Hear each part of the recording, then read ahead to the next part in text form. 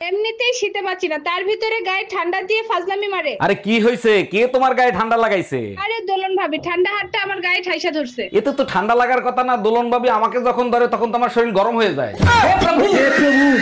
ও কি, তুই এই ভর দুপুর বেলা কম্বল গায়ে দিয়ে কাঁপতে আসো? ব্যারামটা কি? মই মনে হয় এবার ঠান্ডা আর বাঁচুম না। হাই, মুই আউনের সময় রাস্তায় দেখতেছি ঠান্ডায় মরিয়া তিন সাইড দিয়ে এরকম হাল দিয়ে রইছে।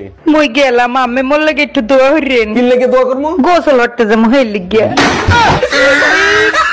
এমনিতেই শীতে পাচ্ছি না, তার ভিতরে গায়ে ঠান্ডা দিয়ে ফাজলামি মারে। আরে কি হয়েছে? কে তোমার গায়ে ঠান্ডা লাগাইছে? আরে দোলন ভাবি, ঠান্ডা হাতটা আমার গায়ে ঠাইসা ধরছে। এতে তো ঠান্ডা লাগার কথা না। দোলন ভাবি আমাকে যখন ধরে তখন তোমার শরীর গরম হয়ে যায়।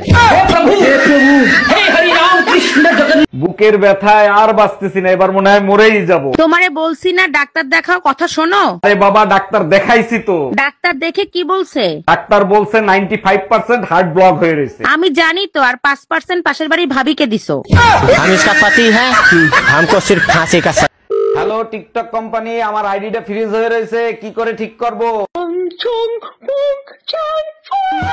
একটু বাংলায় বললে ভালো হয়। আপনার আইডিটা ফ্রিজ থেকে বের করে ওভেনের ভিতর ঢুকিয়ে দেন।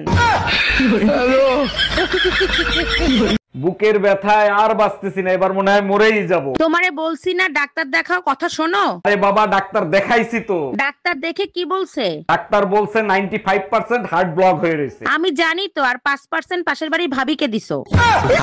বয়স 30 বছর, এরই মধ্যে বাবা হয়েছেন 50 সন্তানের, আরো 15 সন্তান জন্মের অপেক্ষায়। सब मिसे वादा, हाँ सब मिसे वादा।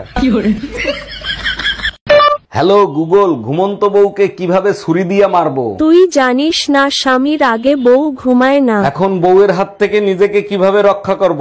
সেটা একমাত্র তোর বউ বলতে পারবে। কিভাবে মারতে হয় আমি তোকে শিখাবো, তুই শুধু একবার ঘুমা।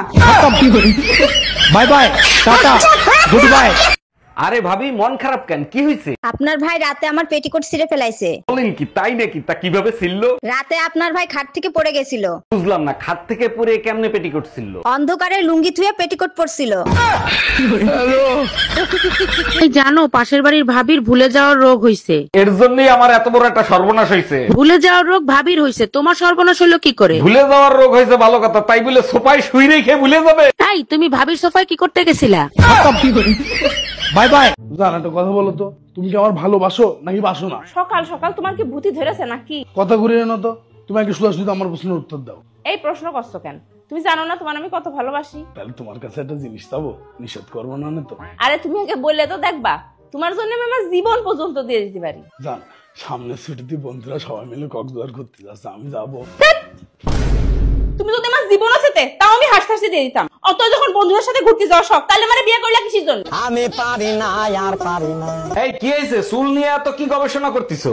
জানো সুমা ভাবি আসছিল, ওনার মাথার চুল না উঠে যাচ্ছে। টেনশন নেওয়ার কিছু নাই। টাকলা পুরুষ দেখছো? টাকলা মেয়ে ছেলে দেখছো? ভাবি বলছে না জানি কোন টাকলার নজর লাগছে ওনার চুলে।